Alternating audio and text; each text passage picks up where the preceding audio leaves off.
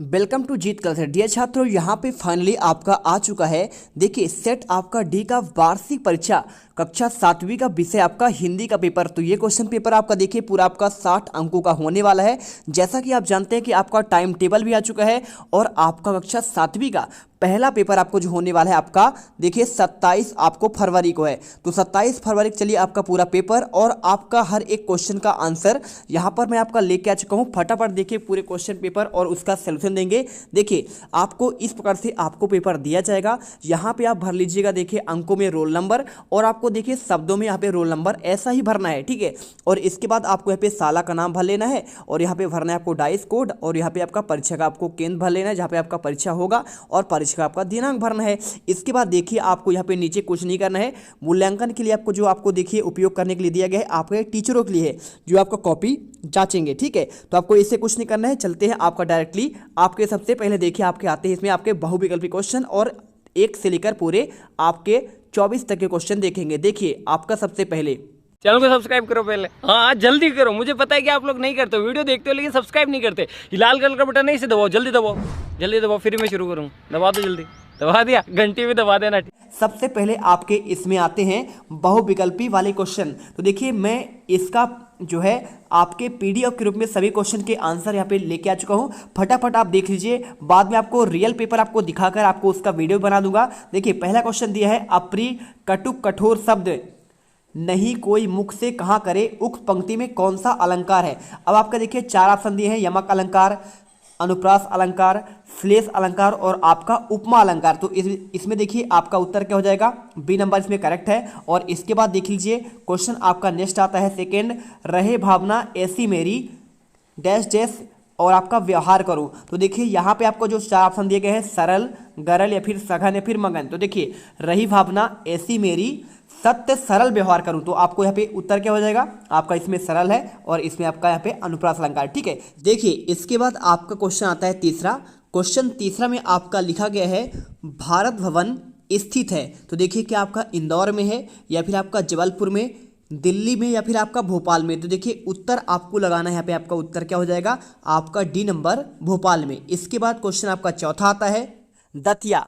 तो दतिया किस लिए प्रसिद्ध है, शारदा देवी मंदिर के लिए, पीताम्बरा पीठ के लिए, 52 गज प्रतिमा के लिए या फिर साल भंजिका के लिए। तो भाई सिंपल सी बात है, जो आपका दतिया है ना यहाँ पे पीताम्बरा पीठ के लिए बहुत फेमस है और यहाँ पे ये आपका आंसर आपको यहाँ पे लिखा हुआ है। इसके बाद देखिए क्वेश्चन आपका आता है पांचवा, कर्मवती कहाँ की रानी थी, झांसी की, कालपी की, मेवाड़ की या फिर इंदौर की।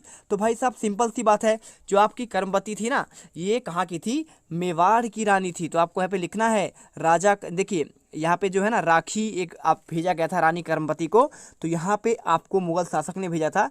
तो यहाँ पे एक ऐसा किंवदंती फैला हुआ है। और क्वेश्चन देखिए 6 नंबर, नेहरू जी ने अपनी भस्म कहाँ बिखेरने की इच्छा व्यक्त की थी, नदियों में, खेतों में, पर्वतों पर या फिर आपका समुद्र में।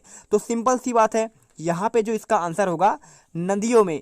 कहाँ पे कहा था उन्होंने, नदियों में भस्म को बिखेरने की बात कही थी। इसके बाद क्वेश्चन देखिए, यकीन मानो छात्रों आप एक एक क्वेश्चन रट लेना।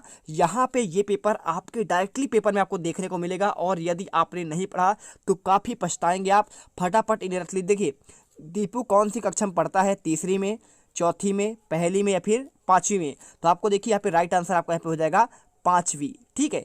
इसके बाद क्वेश्चन देखिए यहाँ पे लिखा है तानसेन और बैजू बावरा की संगीत स्पर्धा कहाँ पे हुई थी। तो देखिए पहला आपका ओरछा लिखा है, दूसरा आपका ग्वालियर, तीसरा आपका आगरा, चौथा का आपका यहाँ पे दिल्ली लिखा है। तो तानसेन और आपका जो बैजू बावरा है ना ये कहाँ से, ग्वालियर से थे। तो आपको आंसर भी बी नंबर यहाँ पे ग्वालियर लिख देना है आंसर में, ठीक है। चलिए इसके बाद क्वेश्चन देखिए 9 नंबर, कवि के अनुसार कुल्हाड़ी को सुगंधित करता है। अब देखिए सिंपल सा आंसर है, कवि के अनुसार कुल्हाड़ी को कौन सुगंधित करेगा। अब इसमें आपके ऑप्शन होंगे देखिए फूल, चंदन, हवा और भौरा। तो आपको इसी प्रकार से आंसर देखिए यहाँ पे आपको चंदन करना है। क्या करना है, ये आपका चंदन, इसमें करेक्ट आंसर बी नंबर होगा। इसके बाद क्वेश्चन देखिए 10वां, तुलसीदास जी ने संत को डैश डैश के समान कहा है, कौवा के समान या फिर आपका हंस के समान, बकुला या फिर आपका कोयल। तो तुलसीदास जी ने संत को मतलब कि संत की तुलना किससे की गई है। तो देखिए यहाँ पे अगर मैं आंसर की बात करूं तो आपके 4 ऑप्शन है। तो तुलसीदास जी ने संत को किसके समान कहा है, किससे तुलना किया है, तो यहाँ पे हंस के समान आपको आंसर करना है। ना तो कौवा होगा, ना तो बकुला, ना तो कोयल होगा। इसके बाद क्वेश्चन देखिए आपका आता है लघुत्तरी क्वेश्चन। अब देखिए यहाँ पे जो क्वेश्चन आपका यहाँ पे लघुत्तरी कहाँ से कहाँ तक है, 11 से लेकर आपका 20 तक क्वेश्चन होंगे।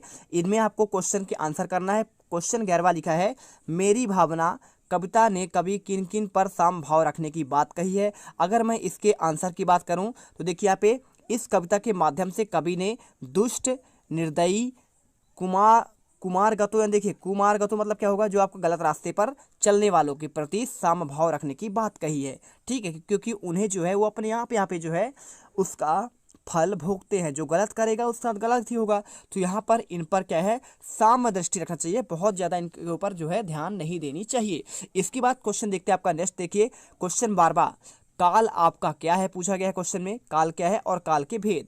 तो देखिए काल के आपके जो है समय का बोध कराने वाली क्रिया को काल कहते हैं। और काल के 3 भेद होते हैं। पहला देखिए वर्तमान काल, दूसरा भूतकाल यानी जो बीत गया है, तीसरा आपका भविष्य काल। तो आपको यहाँ पे आंसर इस प्रकार से करना है। क्वेश्चन देखिए 13वां लिखा है, बिना अलार्म के दीपू कैसे सुबह उठ जाता था।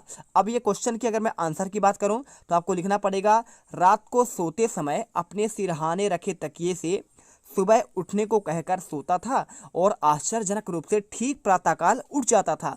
दीपू इस प्रकार सुबह बिना अलार्म के ठीक समय पर उठ जाता था। इसका मतलब क्या हुआ कि भैया सोने के लिए वो अपने तकिए सिरहाने पर रख लेता था और ठीक उसी समय उसकी नींद भी खुल जाती थी। क्वेश्चन देखिए 14वां लिखा है, दिए गए मुहावरे में वाक्यों का प्रयोग। नाक में दम करना, सीधे मुंह बात न करना, कान भरना। तो देखिए आपका जो नाक में दम करना होता है ना, वाक्यों में कैसे प्रयोग कर सकते हैं। लिख लीजिए कि भारत के सैनिकों ने पाकिस्तान के नाक पर दम कर रखा है। और दूसरा देखिए यहाँ पे हो जाएगा, यहाँ पे जो लिखा है सीधे मुंह बात न करना, तो इसका आपको डायरेक्टली आंसर यहाँ पे लिखा गया। देखिए सीधे मुंह बात न करना का वाक्य प्रयोग, राजू कभी भी सोहन से सीधे मुंह बात नहीं करता है। तो ये आंसर होएगा। कान भरना का मतलब क्या होता है, यहाँ पे कान भरना मतलब शिकायत करना होता है। अब देखिए राधा हमेशा सास के कान भरती रहती है। तो आपको यहाँ पे इस प्रकार से आंसर करना है। देखने में बहुत मेहनत किए, इसलिए वीडियो को जल्दी फटाफट लाइक करो। इस वीडियो का टारगेट जो है यहाँ पे 1000 यानी 1000 लाइक का है। और यदि आप 1000 लाइक करते हैं तो आपके हर एक विषय के पेपर आपको यहाँ पे प्रोवाइड करा दिए जाएंगे और सबसे पहले प्रोवाइड किया जाएंगे। ठीक है, और कमेंट जरूर करिएगा किस विषय का आपका पेपर यहाँ पे चाहिए। इसके बाद क्वेश्चन देखिए लिखा है क्वेश्चन 15वां, नर्मदा नदी को मध्य प्रदेश की जीवन रेखा क्यों कहते हैं। जीवन रेखा मतलब यहाँ पे जीवनदायिनी नदी। तो देखिए नर्मदा मध्य प्रदेश की सबसे बड़ी नदी है जो अमरकंटक से निकलती है, अधिकांश जिलों में प्रवाहित होती है, जिससे सभी जिलों में खेती तथा पानी की पीने की व्यवस्था होती है। बिल्कुल देखिए यदि आप जबलपुर में होंगे, मंडला में होंगे, नरसिंहपुर में होगा, तो यहाँ पे जो भी लोग रहते हैं, हम ही लोग रहते हैं, मैं खुद रहता हूँ जबलपुर में, तो यहाँ पे जो पानी आता है नगर निगम का, तो यहाँ यहीं से आता है। और खेती तो करता ही है, नदी से खेती नहीं होगी तो क्या होगा, पानी से। और पीने की पानी की व्यवस्था भी होती है। इसलिए नर्मदा नदी को मध्य प्रदेश की पवित्र रेखा या फिर जीवनदायिनी नदी या फिर जीवन रेखा कहते हैं। क्वेश्चन देखिए 16वां लिखा है, मध्य प्रदेश के लोक नृत्य और लोक नाट्य में कौन कौन से हैं। आपका देखिए यहाँ पे, अब इसका देखिए क्वेश्चन मैंने कहाँ तक दिया, आपका 15 तक का आंसर दे दिया। ये आपका 16वां क्वेश्चन देखिए। इसके बाद आपका यहाँ पे लिखा है छंद क्या है। अब देखिए क्वेश्चन पहले देख लीजिए यहाँ पे छंद क्या है और उसके प्रकार लिखिए। तो देखिए लय, गति, तुकतान आदि से युक्त यहाँ पे वाक्य को क्या कहते हैं, आपका यहाँ पे रचना को छंद कहते हैं। अब आपको जानते होंगे वर्णिक और मात्रिक इसके आपके प्रकार होते हैं, तो यही चीज़ें तो लिखा जाता है। और जैसे सोरठा, दोहा है ना, ये आपने पढ़ा होगा ना, तो ये आपके देखिए मात्रिक छंद के उदाहरण होते हैं। और देखिए मंदाक्रांता हो गया, मालिनी हो गया, कवित्त हो गया, सबया हो गया, ये आपके वर्णिक होते हैं।